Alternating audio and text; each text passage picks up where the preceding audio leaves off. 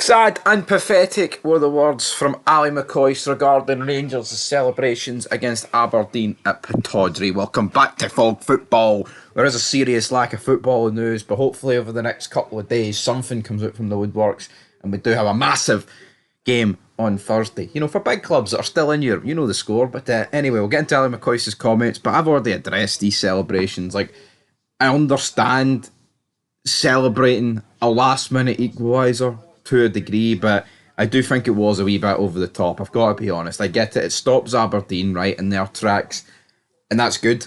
But a lot of people would turn around and say that Rangers don't think about Aberdeen, and that Aberdeen think about Rangers, the fans. And to me, that might come across a wee bit hypocritical. Some people are pretending that this is so great because it stops Aberdeen, but then at the same time, they don't really. They pretend that they don't care a little bit about Aberdeen. You know, it can look a wee bit hypocritical, but Ali McCoist, he called it sad and pathetic. We're going to read the quotes, and then we're going to react to a wee bit more. This is what he said. And I quote, "Did you see them celebrating up at Aberdeen? That goal in the 95th minute? Oh man, it was hilarious. Absolutely hilarious. Anything to prolong you lot winning the league. That's how sad it is. It's pathetic. Aberdeen are going for third place and they're sitting fifth now. That was a poor result. Rangers are down to 10 men and you're winning 2-0. End of quote. So, McCoist saying, basically McCoist ripping the piss shit it, wasn't he? Oh, it was hilarious, absolutely hilarious. And I'm thinking, or he's saying that because he's going to be like, Rangers got one up over Aberdeen and it's going to, I think it has derailed Aberdeen's third place chances, to be honest. Like, they needed to win that game to be a point off. But then he goes on to say, it's sad, it's pathetic.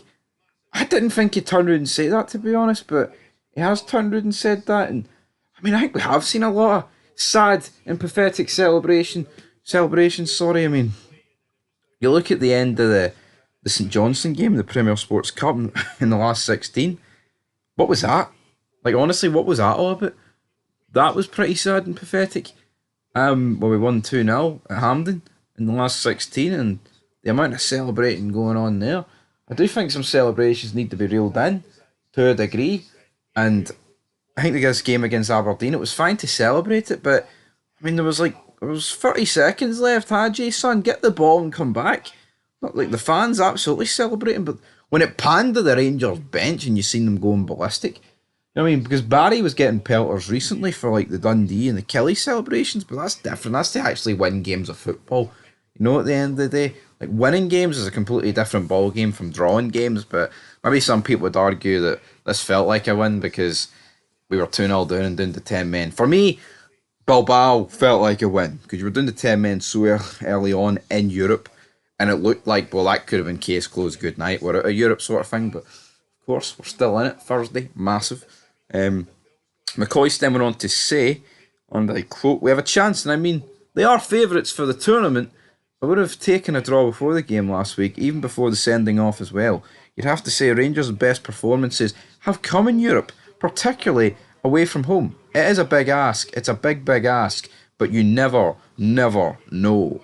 End of quote. So, Big Ali McCoist rallying the troops, taking a draw before kick-off last week. I mean, to a degree, because of how bad the form had been at Ibrox, right? I'll accept that from McCoist.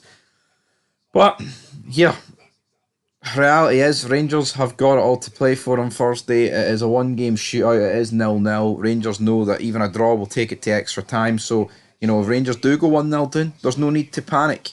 There's no need to panic. Still in the game. And that's all you can ask for. There'd been nothing worse if Rangers lost like 3-0 in the first leg.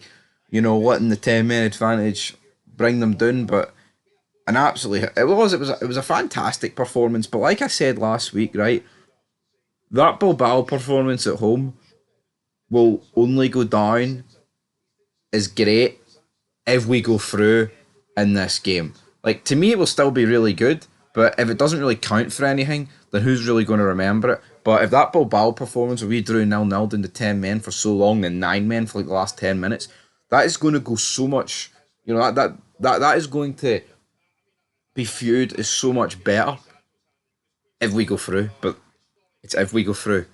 Hopefully, it's when we go through. I'm predicting 2-1. Jambo Bear went with 2-1. Leave your thoughts down below when it comes to that game, because I'm looking forward to it, man. Big game in Bilbao, and Rangers got a few players back, a few players missing as well, but so did Bilbao. It's going to be war. Barry Ferguson promised war. We're going to war, and we need to step up to task and hopefully add a few more points to that wee coefficient cup that we all hold so close to our chest. But until next time, peace.